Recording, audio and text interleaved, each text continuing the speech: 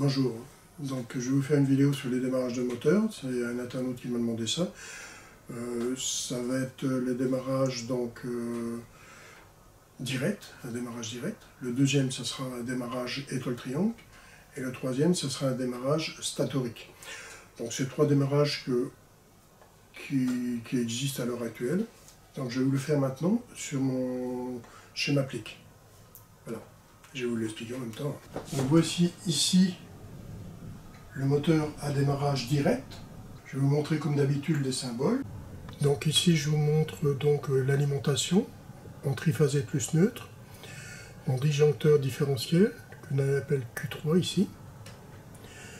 Je descends, j'ai Q2 qui est le disjoncteur magnétothermique de mon moteur qui est tout en bas ici.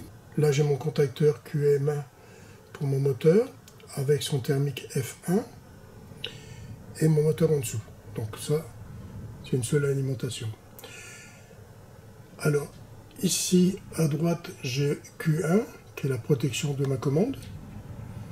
Donc phasé neutre. Donc on voit le neutre qui est repris ici, que je vais faire tout le tour pour ne pas faire des croisements de fils.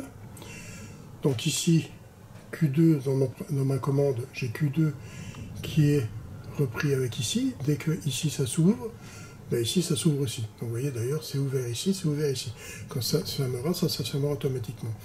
F1 c'est ma sécurité thermique qui est ici. J'ai mon bouton poussoir stop. Mon bouton poussoir marche avec en parallèle KM1 de mon contacteur. Dès que je vais enclencher, je vais pousser ce bouton S2, KM1 sera alimenté parce que tout sera fermé sur cette ligne-là. Et il va faire un auto-maintien grâce à KM1. Quand KM1 sera alimenté, lui va se fermer et s'auto-maintiendrait, même si je relâche le bouton S2. Il faudra appuyer sur S1 pour arrêter mon installation.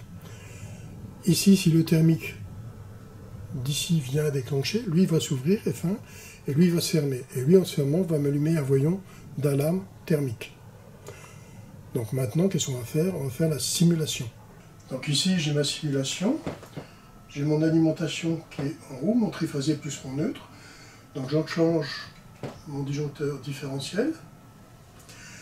J'ai l'alimentation qui arrive en triphasé sur mon disjoncteur magnétothermique de mon moteur et sur ma commande. Maintenant, j'enclenche le Q2. Quand j'ai enclenché le Q2 ici, c'est fermé. Donc ça veut dire, quand je l'ouvre, il s'ouvre. Quand je le ferme, il se ferme. Donc c'est une sécurité. Si lui vient à déclencher, ma commande s'arrête par sécurité pour ne pas avoir d'enclenchement inutile. J'enclenche Q1. Quand Q1 est enclenché, ben là je suis prêt à fonctionner. Quand j'appuierai sur S2, KM1 va s'alimenter. Ça sera auto-alimenté, ça passera par là. Et ça restera enclenché, même si je relâche S2. Et en même temps, mon contacteur s'enclenche ici. Donc on va le faire. Voilà, vous voyez. Il a fermé, lui c'est fermé, lui est alimenté par son auto-maintien. Et mon moteur tourne. Donc c'est un démarrage direct. Maintenant, si j'ai mon thermique qui déclenche, vous voyez, lui c'est ouvert, lui c'est fermé, mon voyant s'est allumé. Donc je le réarme. Donc lui est réarmé, maintenant je suis obligé de réappuyer là pour mettre en route de nouveau. Donc ici c'est un moteur avec démarrage étoile-triangle. Donc ici on va avoir notre alimentation qui va arriver ici, avec mon disjoncteur magnétothermique de sécurité de mon moteur. Ici je vais aller sur mon contacteur, j'ai un thermique ici. Je vais démarrer en étoile et après je passerai en triangle. Grâce aux tampons qui sont ici, je vais les expliquer directement. Je vais déjà vous montrer tous les contacts. Alors de nouveau, on retrouve mon disjoncteur différentiel, Q1, Q2 qui est la protection de mon moteur, ici j'ai Q3 qui est la protection de ma commande. Donc quand je descends ici, j'ai mon contacteur KM1 avec son thermique qui va directement au moteur. Ici j'ai KM2, triangle, et KM3, étoile. Alors, ici, on a les alimentations qui vont sur l'autre côté. Donc vous avez votre moteur qui est ici. Les barrettes, quand je les mets comme ça, c'est triangle. Quand je mets les barrettes comme ça, c'est étoile. Alors l'étoile, elle est où? Ben, elle est ici. C'est comme si que la barrette de là, je la mettais ici. Donc, quand lui est enclenché, lui n'est pas enclenché. Je vous montrerai les sécurités que j'ai. Et ici, par contre, en triangle, on alimente des deux côtés. Donc ici, j'alimente des deux côtés. Alors, ce qu'il faut faire très attention, c'est que la face qui est là et la face qui est là, c'est la même. Celle-ci et celle-ci, c'est la même. Et celle-ci et celle-ci, c'est la même. Comme on fait avec l'alimentation triangle. Ok? Donc, démarrage, étoile, triangle. Donc maintenant, dans la commande.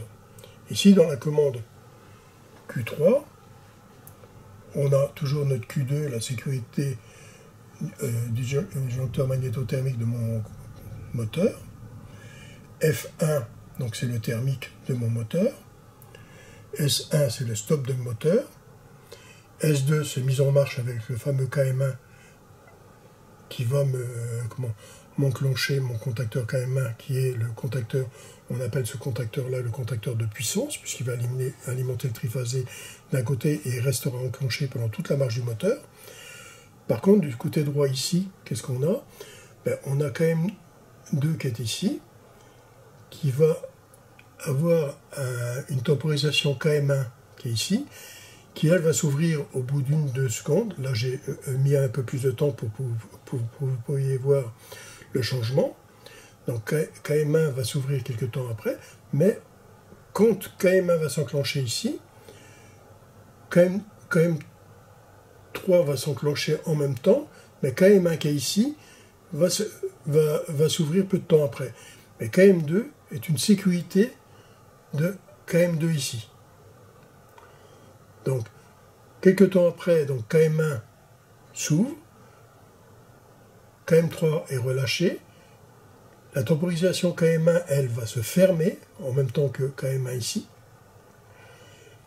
et va enclencher le contacteur KM2. Ce qui fait que, quand mon moteur s'enclenche, c'est KM1, KM3, une seconde après, 2 secondes après, le KM1 de droite s'ouvre, celui-ci qui est juste à côté à gauche se ferme, donc ça nous fait étoile, triangle. C'est comme ça que ça marche. Et on a notre thermique qui est ici. Quand le thermique déclenche, il allumera le voyant. Donc ici on attaque la simulation, toujours mon triphasé avec mon neutre. Disjoncteur différentiel, je l'enclenche. J'enclenche Q2 ici, qui est l'alimentation de mon moteur. Donc j'arrive à la tête de mon contacteur KM1. Maintenant j'enclenche le disjoncteur magnétothermique de ma commande. Donc ici mes deux disjoncteurs magnétothermiques sont enclenchés, ainsi que le différentiel. Je n'ai plus qu'à mettre en route mon installation, puisque quand j'ai appuyé sur Q2 ici, celui-ci s'est fermé aussi. Mon thermique est en ordre, j'ai pas de problème. Le stop est fermé, j'ai plus qu'à appuyer ici, lui va s'enclencher. Quand lui va s'enclencher, il va temporiser les deux sécurités qui sont ici. Quand KM1 va s'enclencher, il va mettre en temporisation les deux contacts temporisés ici de KM1. Celui-ci va s'ouvrir quelques temps après et lui va se fermer. Donc ça sera l'étoile, ça sera le triangle. On va voir le fonctionnement maintenant. Donc j'appuie sur marche. Voilà. Vous voyez, temporisé. J'ai fait exprès un décalage. Normalement, ces deux-là s'enclenchent et se déclenchent. Celui-ci, quand ils se déclenchent, celui-ci s'enclenche aussitôt. Donc je fais un décalage exprès. Donc je vais de nouveau l'arrêter pour vous montrer. Voilà, il est arrêté. Maintenant, je remets en route. Vous voyez, lui et lui s'est enclenché. Paf, peu de temps après, lui s'éteint et lui se met en route. Donc, démarrage étoile. Puis d'un seul coup, lui arrête, on passe en triangle. Et comme ça, mon moteur démarre. Alors évidemment, c'est des moteurs qui doivent être, par exemple, si j'ai une alimentation, bon bien sûr, le moteur qui est ici, lui, bon, ici c'est un moteur 400-600, j'ai du 400 ou du 380 qui alimente ici avec neutre. Quand j'ai passé en étoile, j'ai sous-alimenté mon moteur pour l'aider à démarrer, donc je vais éviter ce pic d'intensité, et je vais repasser après en triangle. Si ce moteur était en 220-380, et que là j'alimente à 380, mon moteur il durerait pas longtemps, parce que quand je serai en triangle, je serai en 380. Et on sait que le moteur qui est ici, ces enroulements sont de la plus petite tension. Par exemple, vous avez un moteur 220-400, ou 240-400 comme on veut, ou 230-400, ça dépend des réseaux, hein, il y a tellement de réseaux. 230-400, on va prendre comme exemple. Ben, si vous mettez un moteur 230-400, les enroulements de ceux-là sont en 230. Si vous mettez un moteur 400-600, les enroulements sont en 400. Donc toujours la petite tension, les enroulements. Donc vous ne pouvez pas le laisser alimenter. Si c'est un 230-400, si c'est un 230-400, si vous le laissez alimenter avec du 400, ben il est mort le moteur. Hein. Si les enroulements ne sont pas faits pour recevoir du 400. Ok? Ça c'est le démarrage étoile triangle. Donc voilà maintenant un autre démarrage de moteur, le démarrage statorique. Donc ici on retrouve les composants qu'on a déjà vu, le disjoncteur différentiel, disjoncteur magnétothermique, contacteur thermique, le moteur. Alors, le moteur est alimenté d'un côté et l'autre côté, donc il est alimenté du côté du stator. Et là, qu'est-ce qu'on a? On a un jeu de résistance, donc une résistance pour chaque phase, plus encore des résistances sur chaque phase, tout couplé en étoile ici au fond. Donc qu'est-ce qui se passe ici? Quand on démarre, ben, le contacteur KM1 va s'enclencher. Ça va rester comme ça. Dès que le moteur est démarré, lui il va se fermer. Il va supprimer ces résistances-là, parce qu'il faut savoir que le courant il est feignant. Il ne va pas aller sur un truc qui le freine, il va aller directement sur un endroit qui ne freine pas du tout. Et ici, il n'est pas freiné, il n'y a rien qui le freine. Donc qu'est-ce qu'il fait? Il va aller là. Il ne va plus aller là. Après, quelques secondes après que celui-ci sera fermé, celui-ci va se fermer, il va annuler aussi ces résistances-là. Ce qui fait que le moteur sera démarré complètement à pleine puissance ici. Donc ici, on a l'alimentation triphasée, plus neutre, en disjoncteur différentiel Q1. Quand on descend, on a Q2, qui est la protection du magnétothermique de mon moteur. KM1, c'est le contacteur de mon moteur. F1, c'est le thermique. Et mon fameux moteur, donc l'alimentation triphasée de mon moteur. Donc ici, on a un jeu de résistance, deux jeux de résistance. Quand on met en route, quand KM1 s'enclenche, il démarre avec en série les deux résistances pour chaque phase. Une seconde après, KM3 s'enclenche, il supprime les trois résistances du bas, et KM2 s'enclenche après, en supprimant les deux résistances, le jeu de résistance qui reste R1. Donc en premier, on supprime R2, en deuxième, on supprime R1. Et mon moteur est démarré à pleine puissance. Alors ici, qu'est-ce qu'on a dans la commande? On retrouve Q2, qui est la protection du magnétothermique de mon moteur, F1, le thermique du moteur, stop, mon stop de mon moteur, mon marche de mon moteur avec son contact de maintien KM1 qui se trouve tout en bas. Ici, on a deux contacts temporisés qui vont être commandés par KM1. Dès que KM1 est enclenché, la temporisation se met en route. Une seconde après, on a ce contacteur-là qui s'enclenche, donc lui se ferme, et une seconde après, l'autre va se fermer. Alors, je temporisais un peu plus les trucs pour qu'on ait le temps de voir les temporisations. Autrement, ça va trop vite et on n'a pas le temps de voir. À ce moment-là, quand ces deux-là seront enclenchés, ils vont enclencher les contacteurs qui sont ici. Donc maintenant, on va faire la simulation. Donc la simulation est enclenchée. Donc j'appuie sur Q1, comme d'habitude. J'appuie sur Q2. Donc ici, j'ai ma puissance qui arrive à mon contacteur KM1, comme on la voit ici. Maintenant, Q3, je le ferme. Ça, c'est ma commande. Donc là, je suis prêt à mettre en route mon installation. On va voir que quand je vais appuyer là, lui, il va s'auto-maintenir, comme d'habitude. Quelques secondes après, lui, il va se fermer. Et lui, après. On va aller voir simultanément se faire. Alors, on y va. J'appuie ici. Voilà, lui s'est fermé, lui s'enclenche, vous voyez, lui s'enclenche et lui après. Paf. et mon moteur est démarré.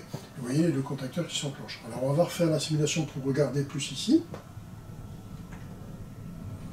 Donc j'enclenche, j'appuie, voilà, KM1, KM3, il s'est fermé, il a supprimé, paf, et voilà, maintenant il supprime poste par poste. Et mon moteur est démarré. Donc voilà la vidéo terminée sur le démarrage de moteur. Donc j'ai fait 3 démarrages de moteur. Donc on a vu le démarrage direct, le démarrage étoile triangle et le démarrage statorique.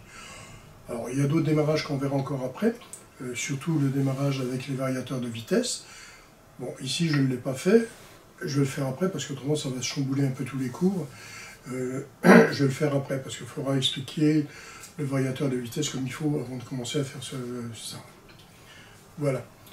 Donc je vous souhaite une bonne fin de journée, à bientôt.